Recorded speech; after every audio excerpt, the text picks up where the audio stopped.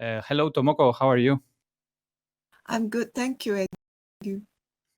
Welcome to our broadcast. First of all, we wanted to ask you about because we are a bit tired, and I guess you are also tired about talking about what's been your situation on regarding the COVID thing. But we want to ask you about how it's been this experience of traveling to the Canary Islands in such weird times. That was amazing. I wasn't believing that it was happening. It was going to happen, Hmm. but finally it happened, and that was amazing. And I really, really enjoyed it. It's just unreal. It felt unreal, Hmm. but once I was there, it was like really nice. That's So yeah. awesome. Because one of the things is that what we're gonna listen after this interview is your listening and watch your full concert during that night on Keroxen, and we know that the concert didn't took place on the tank. It took place in elsewhere in La Laguna, and I want to I don't know, maybe you can walk us through what you did on that concert and what we're gonna encounter on this broadcast after the interview. Um,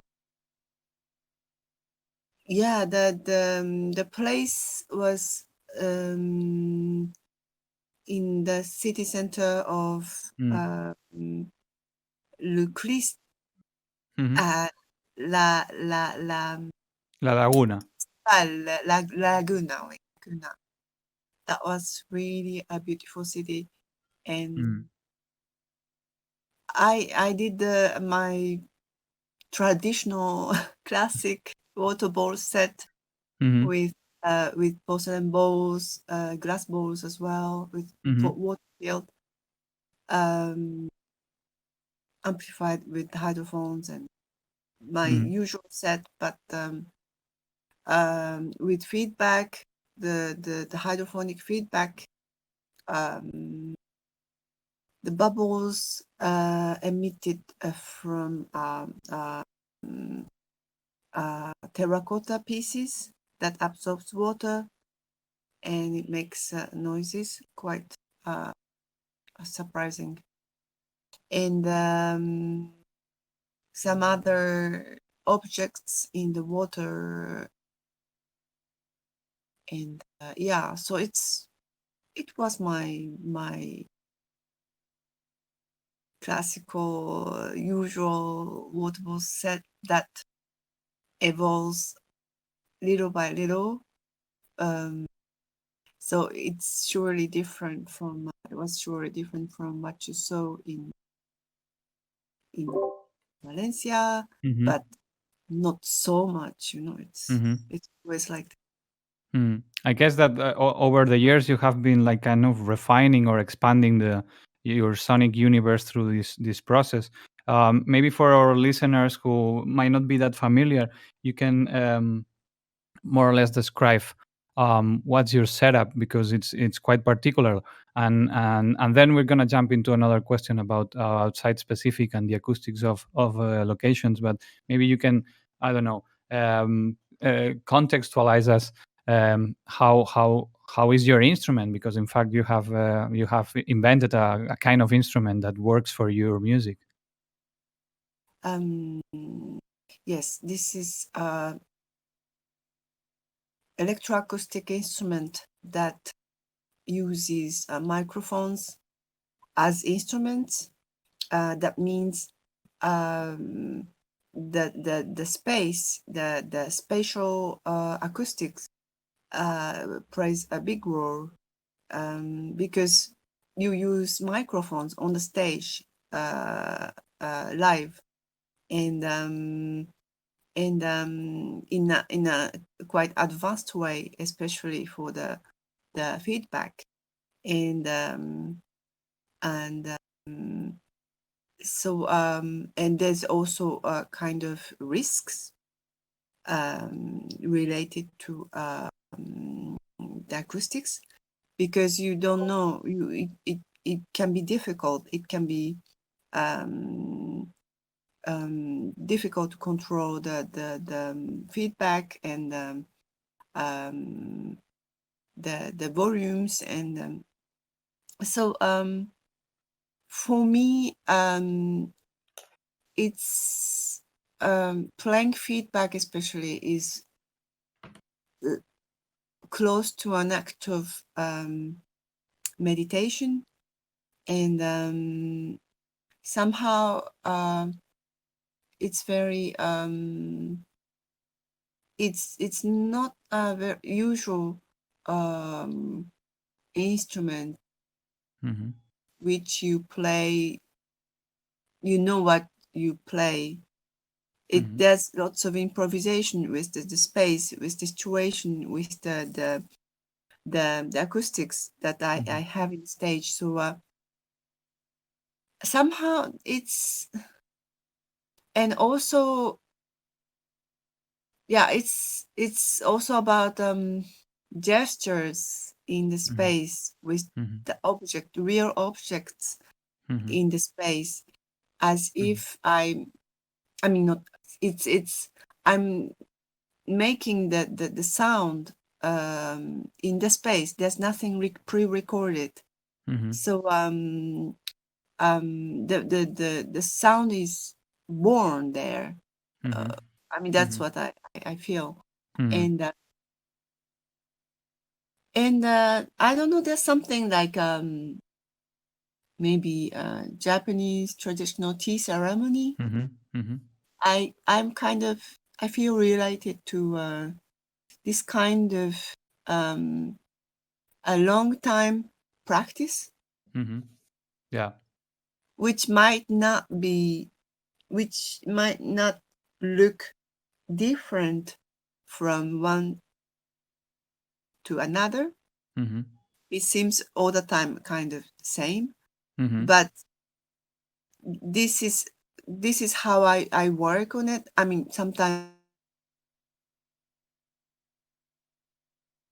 So yeah, yeah, we're talking about that this instrument of yours. It's a process that has some kind of it's practically alive in a sense, because you were telling right before that the sound is being born every time you play it, and it produces new situations and encounters that constantly change your way to perform with it, I guess.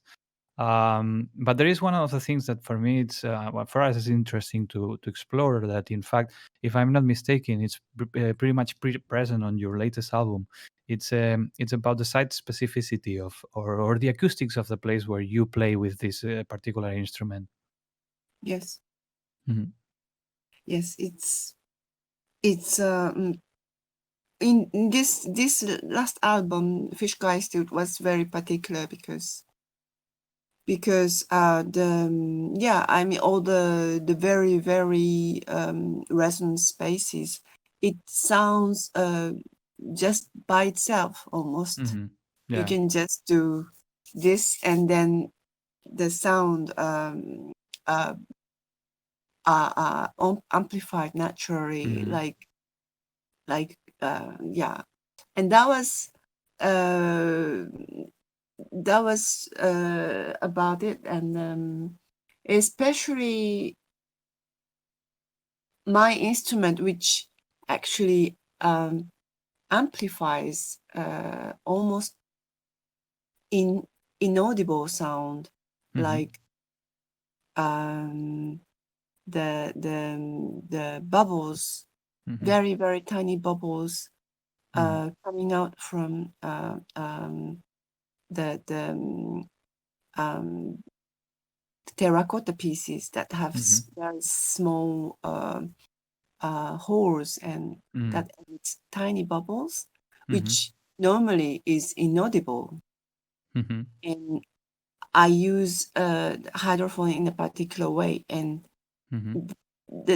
I amplify this sound. Um, but with this space, uh, the space itself amplifies again this Mhm. sound, Yeah. like in a very spectacular way. and it becomes totally another thing. Mm-hmm. Really, yeah. And certain sound that I produce is only possible in this kind of place. It Mm-hmm. just doesn't sound certain sound Mm-hmm. in the same way. Mm-hmm. Really, it's it's yeah. It's not about just the reverb. I mean, the you can put artificial reverbs, Mm-hmm. and it's not the same thing. Yeah. Mm-hmm. Yeah, I'm guessing that the space itself is another element added to your instrument. So I'm guessing that if you try to record one of your albums in a dry room, in a studio, or even in an echoic chamber, it will be something absolutely out of what anyone can expect from a concert of your work. But this place in where did you record this fish geist, if I'm saying right? Yes, That was a pretty particular space in Berlin. yeah, I'm reading around. Mhm, yes. mhm, It's it's made of 5 rings, mhm, so it's like circles. mhm, The small rooms because it used to be a water tank, mhm, and somehow the water was mhm, um, stored in this space uh, with 5 rings with mhm. thick walls with Yeah, bricks, yeah. Mhm, and so it's not just the reverberation, but also there's some kind of strange echoes, mhm, delays that are happening at the mhm, same time, mhm, and of course, depending on where you are, mhm, uh, you hear differently totally because the sound travels through these 5 layered yeah. circles. Mhm, So yeah, it was a special place, and also there was another dimension which was historical and also um, coincidental, accidental mhm, meeting with someone that told me this story. mhm, That a man told me that it was used as he said it was full of fish. mhm, A guy, a passerby that was outside of the place, and he wanted to look inside. mhm, And when he told me this, I imagined a fish tank, mhm, an aquarium, a huge aquarium. mhm. Um, oh, problem. Oh, We hear you nice. you hear me and you see me. Yeah, we see you flip it, but aside from that, we hear you right. Yeah, your Because image it's flip it, but it's there we totally go. black on my screen. Oh, It's almost like the okay, now it's fine. that Crazy. we hear you nice, no problems. It was like almost like telephone stopped, like totally black and okay. So when this guy told me that it was full of fish, Mm, I imagined water full of water in the space, and the water was swimming around the space, mm, mm, and it was this image was very very strong.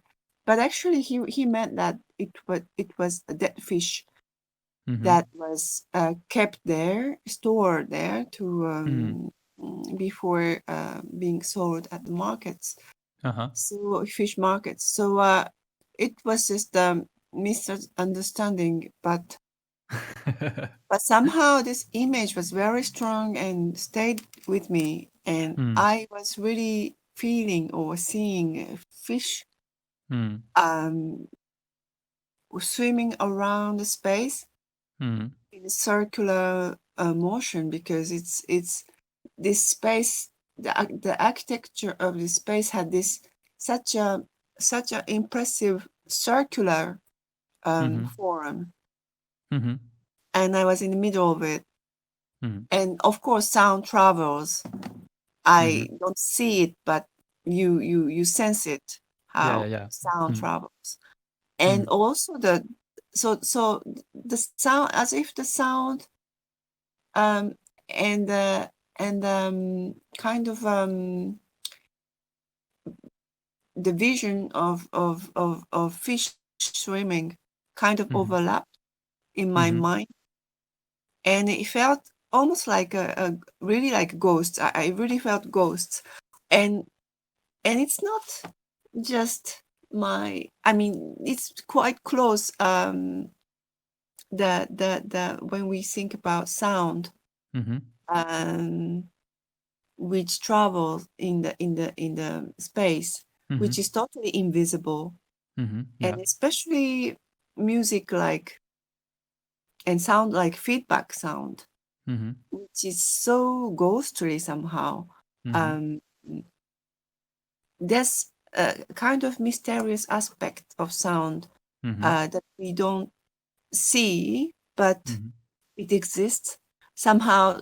For example, when sometimes you don't know a strange noise where it comes from, Mm-hmm. like the sound, the noise of ground, the ground, Yeah. Mm-hmm. that you don't see, but it's there, Mm-hmm. and it's mysterious, and somehow I really felt the connection between this mysterious aspect of sound and this story of fish, which is imaginary, Mm-hmm. but fish was there, so Mm-hmm. Yeah. why not? It remains, or um, it's trace somehow. Mm.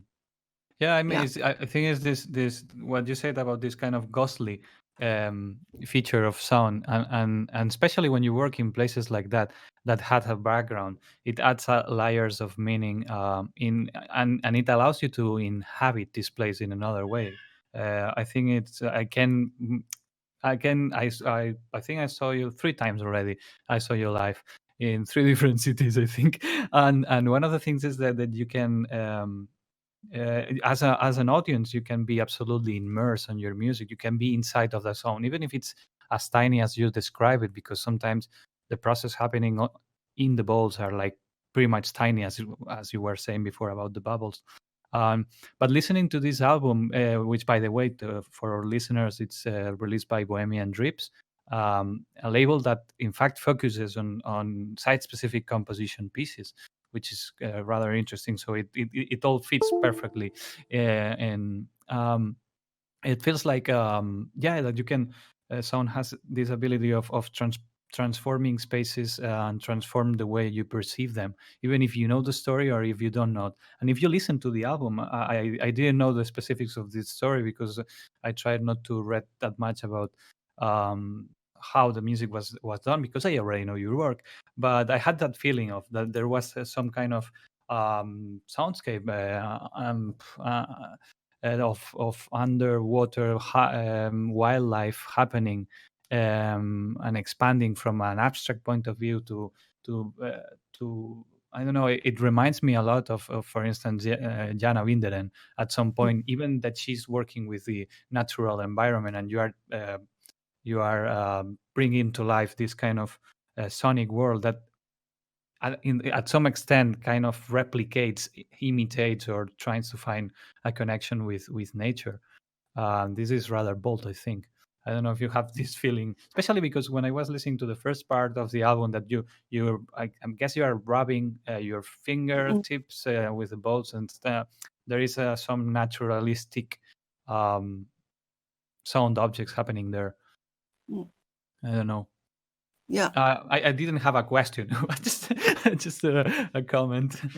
yeah. I use this technique as well in the concert at the in Tenerife at the Keroxen, but Mm, it's a super simple, like a really super simple gesture, rubbing the surface of the boards, like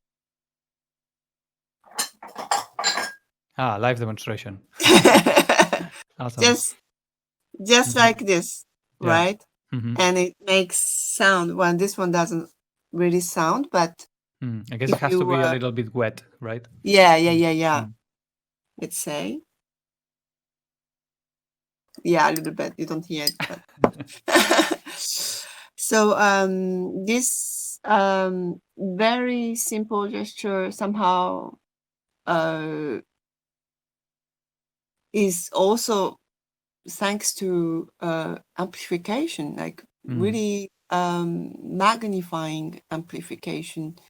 It becomes, you can play it as in a way that, in a very delicate way, that it can sound like we don't know what sound it is. Almost, it's this. I like this. What we don't know what it is. Somewhere unknown. It's and it's a super simple gesture, and the most of the sound I made in this album is really simple things. And somehow it's very, it sounds like dolphins or exactly. animals, and it's in this space of water tank, it sounded particularly relevant. Yeah, I don't know, because it's I think that maybe hydrophones, that sometimes, I mean, in your process, as you said before, it's super crucial. Microphones are instruments, and specifically hydrophones, the ones you use. If I'm not mistaken, you are using Aquarian, right? Yeah. And it's all because of that, and of course your creativity, but this idea of of hydrophones, and also contact microphones, or even electromagnetic transducers, stuff like that, that they are revealing the unknown. They bring this sound that it's not even here before, and maybe, but at the same time, it feels absolutely domestic. I don't know, domestic, close to you, not as abstract as you might think. And it brings all together all these connections with this, the idea of when we can go to the beach and have a swim, and dive and listen for a few seconds before we we drown, what's happening underneath, and it sounds familiar, even in its own abstraction, I guess. True. Domestic and familiar, that's some adjectives that I'm related to. I like, somehow, that's where I come from. I guess when I first saw this instrument, Jalatarangam, this Indian instrument, South Indian instrument from Carnatic music, with bowls, porcelain bowls filled with water, but without any microphone inside. It's just a percussion, very primitive type of percussions, which even kids can play and invent and play in a dinner table. I really saw this somehow potential, that it was between something so familiar and something completely unknown. That's a beautiful, I don't know, thought, maybe for future. And I think it's I really recommend you, to our listeners and watchers, to dig into Tomoko's work, if you have the opportunity of seeing her play live. And now you have a remote possibility to watch it, because we're gonna jump right into her concert. But also, I think albums, even that I know for a fact that you are not so keen on that, your albums really reflect beautifully your work. So we recommend you that you deep dive into that also. I just want to ask you one last question that it might sound a bit topical, but we like to do it. I want to ask you about what are you working on? Are you keep? I think as part of your natural evolution, I think you will keep playing balls for the foreseeable future. But I don't know if you can tell us a little bit about what's on your mind and what's coming and on your process. Mm. Actually, the COVID lockdown period this year, well, I'm really, really privileged, I must say, compared to all the other musicians and artists in the world. I'm in France, and France has been treating artists very well. And I don't have to worry about money. I mean, I earn less, but still, I get the support from the government to survive. I can survive, and at the same time, I have time like I never had before. Like never ever. It's been maybe more than 10 years. I haven't got that much time. And that was so important. So like a new life, really new life for me. I was creative. I finally I could.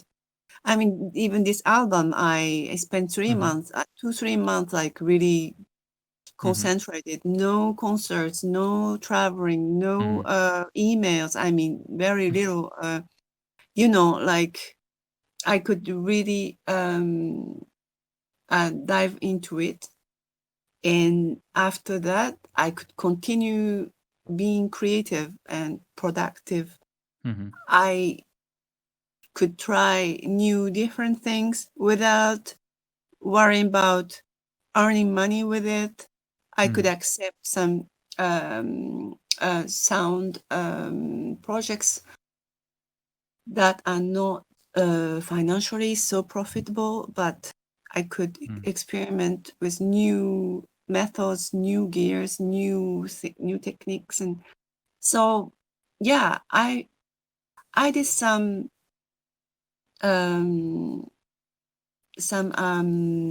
online shows, online concerts, and but it's totally different, of course, from the normal shows, and I wanted to do something totally different because it's different, and I had to do something new but interesting, I had to. So yeah, I did couple, but the last ones I'm really happy about it because for me it became more like more visual because you need to, because it's boring. I'm sorry to say, No, come but on.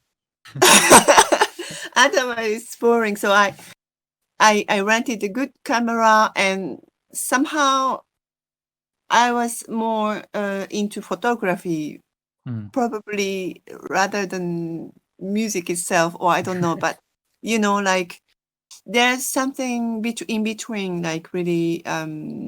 But why not? Because my instrument itself, the beginning of my water bowls itself, is also about visual. I started it as of course, I was attracted by the sound itself, but there was really a visual and sensual aspects of the instrument that was attractive.